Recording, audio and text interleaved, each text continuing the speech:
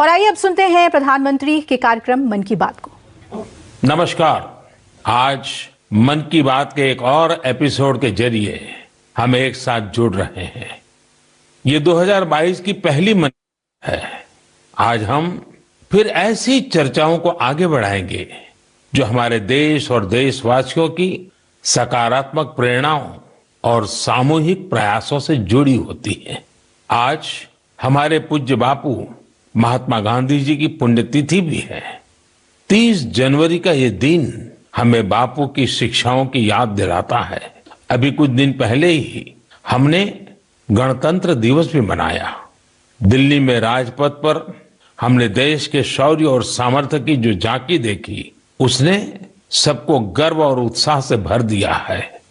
एक परिवर्तन जो आपने देखा होगा, अब गणतंत्र दिवस समारोह 23 जनवरी यानी नेताजी सुभाष चंद्र बोस की जन्म जयंती से शुरू होगा और 30 जनवरी तक यानी गांधी जी की पुण्यतिथि तक चलेगा।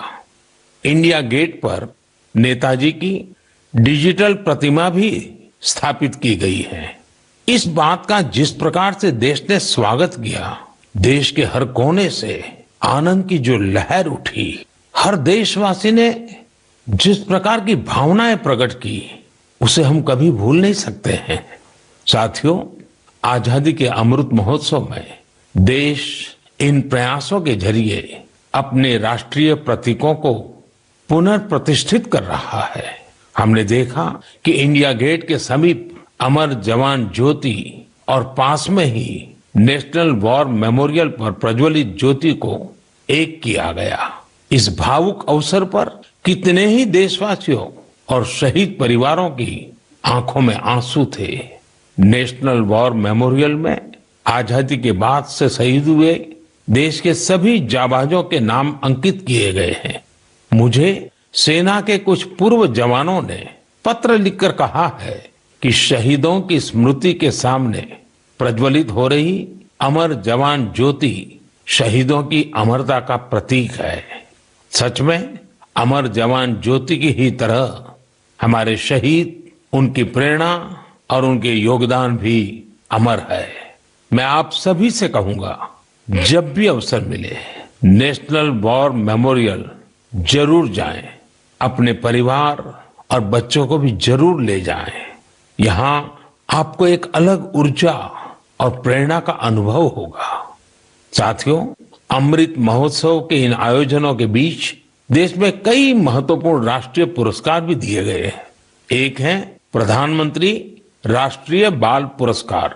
ये पुरस्कार उन बच्चों को मिले जिन्होंने छोटी सी उम्र में साहसिक और प्रेरणादायी काम किए हैं। हम सबको अपने घरों में इन बच्चों के बारे में जरूर बताना चाहिए। इनसे हमारे बच्चों को भी प्रेरणा मिलेगी और उनके भीतर देश का नाम रोशन करने का उत्साह जगेगा। देश में अभी पद्म सम्मान की भी घोषणा हुई है। पद्म पुरस्कार पाने वाले में कई ऐसे नाम भी हैं जिनके बारे में बहुत कम लोग जानते हैं। ये हमारे देश के अनसंग हीरोज हैं, जिन्होंने साधारण परिस्थितियों में असाधारण काम किए हैं। जैसे कि उत्तराखंड की बसंती देवी जी को पद्मश्री से सम्मानित किया गया है। बसंती देवी ने अपना पूरा जीवन संघर्षों के बीच जिया। कम उम्र में ही उनके पति का निधन हो गया था और वो एक आश्रम में रहने लगी। यहाँ रहकर उन्होंने नदी को बचाने के लिए संघर्ष किया और पर्यावरण के लिए असाधारण योगदान दिया। उन्होंने महिलाओं के सशक्तिकरण के लिए भी काफी काम किया है। इसी तरह मणिपुर की 77 साल की लोरेम्बम बिनो देवी दशकों से मणिपुर की लीबा टेक्सटाइल आर्ट का संरक्षण कर रही है। उन्हें भी पद्मश्री से सम्मानित किया गया है। मध्य प्रदेश के अर्जुन सिंह को बैगा आदिवासी नृत्य की कला को पहचान दिलाने के लिए पद्म सम्मान मिला है। पद्म सम्मान पाने वाले एक और व्यक्ति है श्रीमान अमाई महालिंगा नाइक।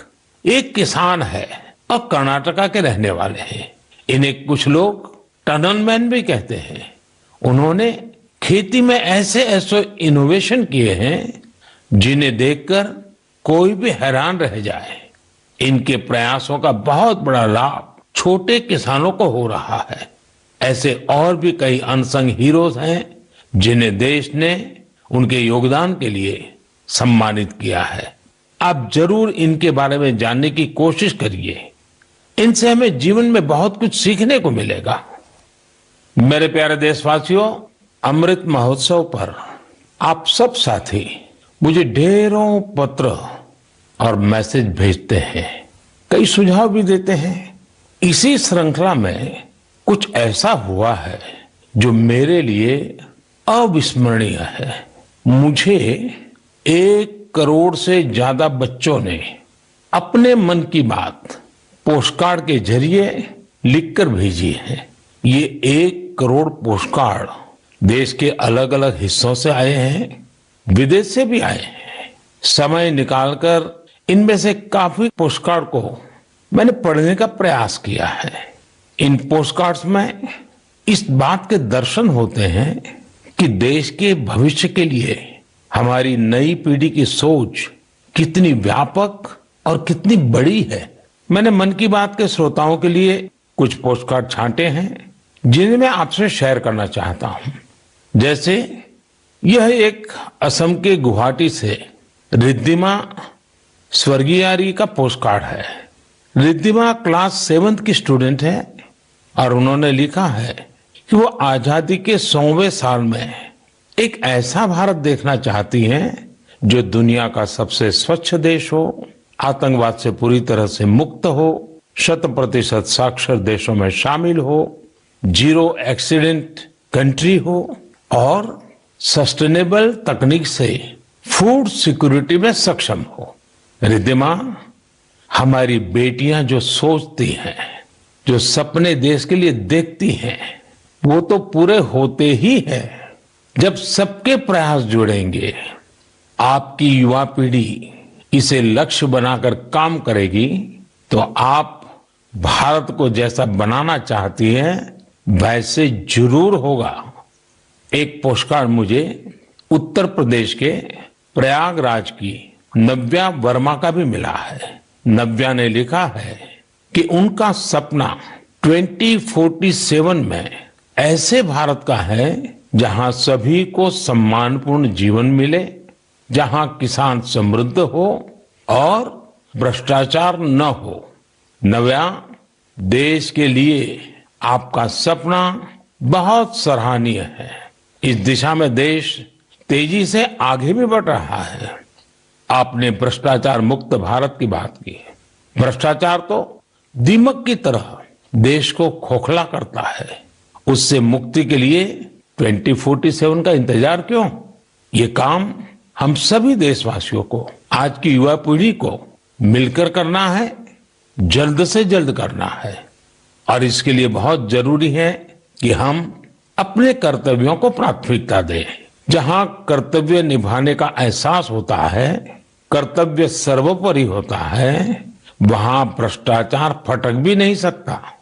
साथियों, एक और पोस्टकार्ड मेरे सामने है चेन्नई से मोहम्मद इब्राहिम का। इब्राहिम 2047 में भारत को रक्षा के क्षेत्र में एक बड़ी ताकत के रूप में देखना चाहते हैं। वो चाहते हैं कि चंद्रमा पर भारत का अपना रिसर्च बेस हो और मंगल पर भारत मानव आबादी को बसाने का काम शुरू करे। साथ ही इब्राहिम पृथ्वी को भी प्रदूषण से मुक्त करने में भारत की बड़ी भूमिका देखते हैं। इब्राहिम, जिस देश के पास आप जैसे नौजवान हो, उसके लिए कुछ भी असंभव नहीं है। नाम राजा महेंद्र प्रताप सिंह जी का भी है। राजा महेंद्र प्रताप सिंह जी ने एक टेक्निकल स्कूल की स्थापना के लिए अपना घर ही सौंप दिया था। उन्होंने अलीगढ़ और मथुरा में शिक्षा केंद्रों के निर्माण के लिए खूब आर्थिक मदद की।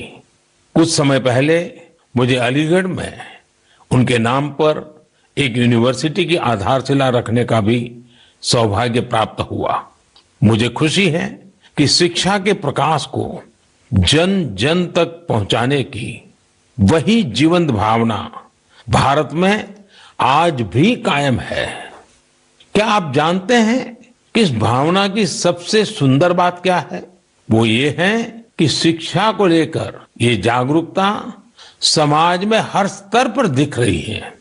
तमिलनाडु के त्रिपुर जिले के उदुमलपेट ब्लॉक में रहने वाली तायम्मल जी का उदाहरण तो बहुत ही प्रेरणादायी है। तायम्मल जी के पास अपनी कोई जमीन नहीं है। बरसों से इनका परिवार नारियल पानी बेचकर अपना गुजर बसर कर रहा है।